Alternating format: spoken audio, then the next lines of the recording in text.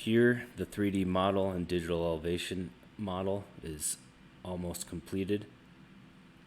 Once completed, it'll be displayed on the map. This digital elevation model is created from oblique imagery. You can view the point cloud and digital elevation model using DroneMapper or Cloud Compare. In the DroneMapper 3D directory, you'll find the digital elevation model and the point cloud. I'm going to load the point cloud for inspection using Cloud Compare.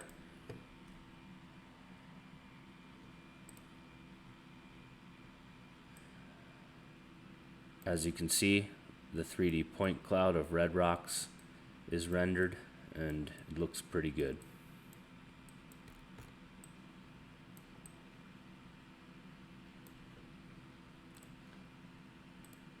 Next, I'm going to load the UTM digital elevation model using DroneMapper.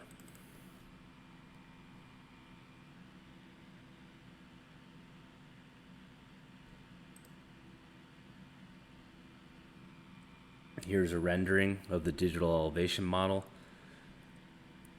At this point, you can make elevation measurements, planar measurements, using the built-in tools with DroneMapper.